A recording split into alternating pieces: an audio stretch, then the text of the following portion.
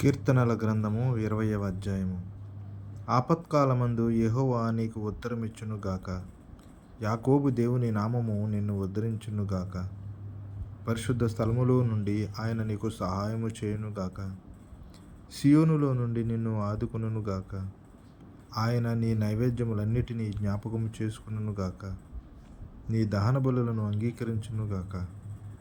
నీ కోరికను సిద్ధింపచేసి నీ ఆలోచన యావత్తును సఫలపరచునుగాక. యెహోవా నీ రక్షణను బట్టి మేము జయోత్సాహము చేయుచున్నాము. మా దేవుని నామమును బట్టి మా ధ్వజము ఎత్తుచున్నాము.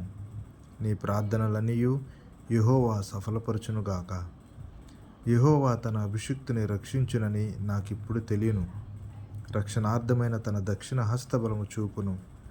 తన పరిశుద్ధ ఆకాశములో నుండి అతనికి ఉత్తరమిచ్చును. కొందరు రథములను బట్టియు కొందరు గుర్రములను బట్టి అతిశయపడుదురు. మనమైతే మన దేవుడైన యెహోవా నామమును బట్టి అతిశయపడదుము. వారు కృంగి నేల మీద పడి ఉన్నారు. మనము లేచి చక్కగా నిలుచుచున్నాము. యెహోవా రక్షించుము. మేము మొరపెట్టినప్పుడు రాజు మాకు ఉత్తరమిచ్చునుగాక.